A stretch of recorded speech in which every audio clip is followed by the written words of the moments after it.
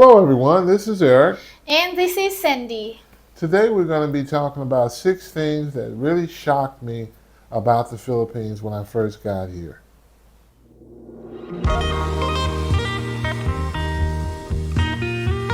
Before we start with our video, please don't forget to press like button, subscribe to our YouTube channel if you haven't subscribed yet, and press the notification bell below so that you will be notified every time we upload a new video. So there are many differences between the culture in the Philippines and that of the United States. However, there are some things that shocked Eric upon learning about them in the Philippines. So today, we will talk about 6 of those things that Eric was shocked to learn about here in the Philippines. Okay guys, number 1, I was really shocked to find out how Easter is celebrated here. There's almost a total closing of stores, malls, restaurants, and nightclubs. And that goes from the Thursday before Easter all the way up till Sunday. Mm-hmm. This is totally unlike what goes on in America. Almost never you would see this many places and businesses closed. Mm-hmm. For example, we were staying at a hotel, and the hotel was called the Waterfront. And I remember we were asking the staff, where can we find something to eat? Looks like all the restaurants here are closed. Mm-hmm. And the guy said, well, maybe you can check in IT Park. There might be something open there. We don't know. And so to have a hotel close down all the restaurants, and this hotel had maybe 8, 9 restaurants in it, is just unheard of in America. And we don't do it for Christmas, Thanksgiving, and we certainly wouldn't do it for Easter. But here you will find that almost everything is closed down on Easter weekend. That's true. You see, Philippines is colonized by Spaniards, and Philippines actually is a very religious country. So every Easter, like a lot of workers are going to be going to their provinces and celebrate the Easter with their family. So a lot of establishments are going to be closed. Even the big malls are closed at a certain day, the whole day, and will resume the next day for that. And pretty much the city is actually looking like a ghost city. It's very quiet, very light traffic. And yeah, that's how it goes here compared to United States. That's why Eric was shocked about it. Next is how Filipinos love hanging out on social media, looking at Facebook and TikTok.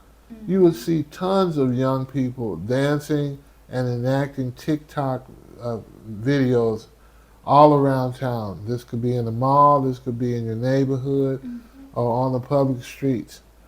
I just didn't see that many young people doing this in the States while I was there. But here it is very prevalent. Yeah. As a matter of fact, Philippines is actually top 4 of the world's countries that uses the internet. And social media platforms, Filipinos really love surfing in the internet.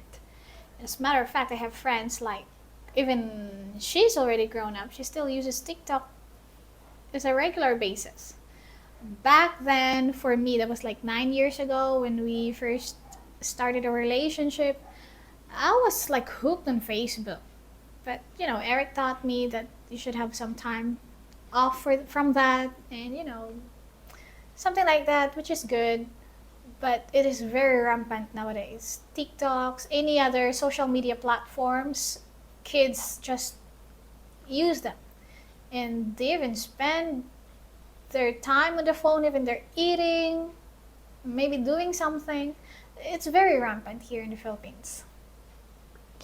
Okay, folks, number 3 is karaoke. Filipinos love to sing, and I mean they love to sing.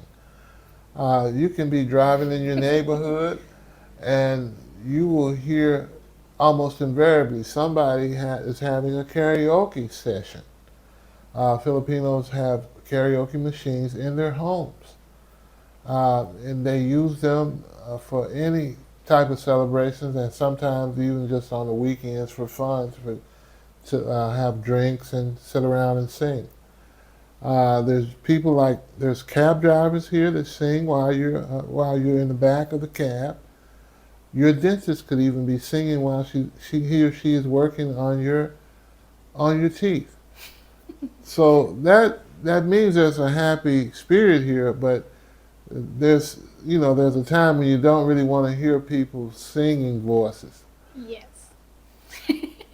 Yeah, a lot of Filipinos really love singing. Although karaoke is not originated in Philippines, it is in Japan. But still, Filipinos really love karaoke. I remember back then when we were inside a taxi and Eric was just like, oh my god, not again. And that goes on in different places. Like, everybody's singing. I guess he's tired of it. Even me, when I'm cooking, and it was like, come on, Han. And I know right then, okay, you gotta stop it. He had enough. Even in our workplace, we have a karaoke room, which is for our wellness. So for workers' wellness, let's say example, they have a stressful 2 hours shift, or between those hours, they go to the wellness room and sing karaoke songs, which is good. Wow.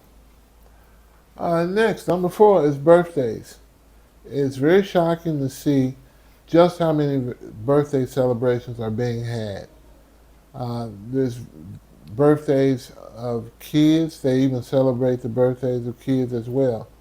It's also very shocking to find out that if you have a birthday party for yourself, if somebody's having a birthday party for you, you have to be the one to pay. Mm-hmm. Another thing is during these birthday celebrations, the neighbors are just supposed to tolerate the very loud music that is going to be played at each one of these celebrations. You just have to sit there and basically take it. Grin and bear it. Just imagine. First, I'm gonna comment about the how you celebrate your birthdays here for the treat. Like back in the States, somebody will say, yeah, it's your birthday, come on, let's go, I'm gonna treat you for dinner. It's different here. If you want to throw a party, you're gonna invite people over, so you're gonna be like hiring catering if you don't cook or something. Mm-hmm. I throw a party for Eric's birthday, and we invited several people for that birthday party, and it wasn't our expense. We hired catering, host, and invited people over, and that was fun.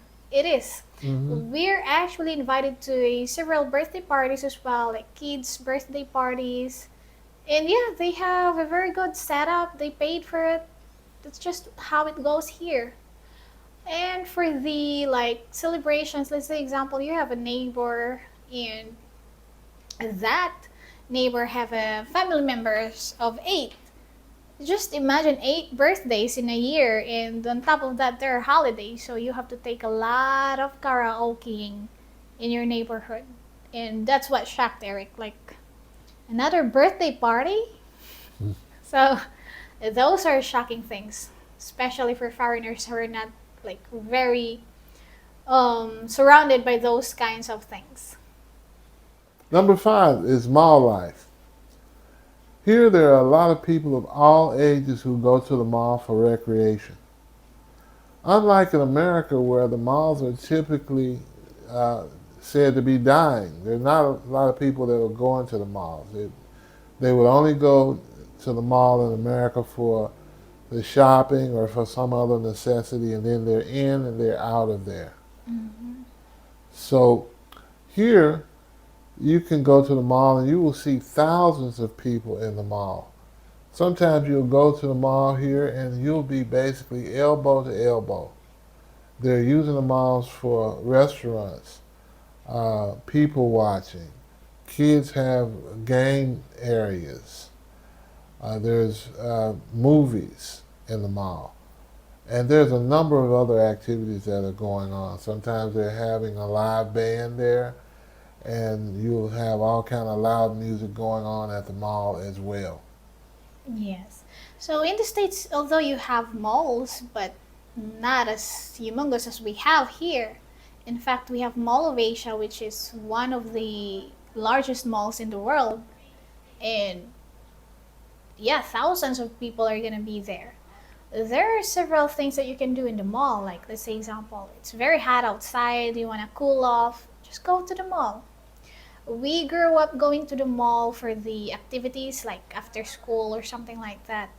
We go to the time zone, play some games, we go to the karaoke rooms they have in the mall and do some karaoke. In some other gatherings, like let's say example, if you have a dog or pet that you can register, you can go to the mall and mingle with different other dogs as well, which is good. And some other things like gatherings, they have, you can drink. They have bars in the mall as well that you can drink. Yes. Yeah, like Ayala, there's the social. All right, and number 6. I was shocked at how well the gays mix with straights here. They're widely accepted, and in fact, Cindy has a good friend who is gay, and he's been accepted into her circle of friends.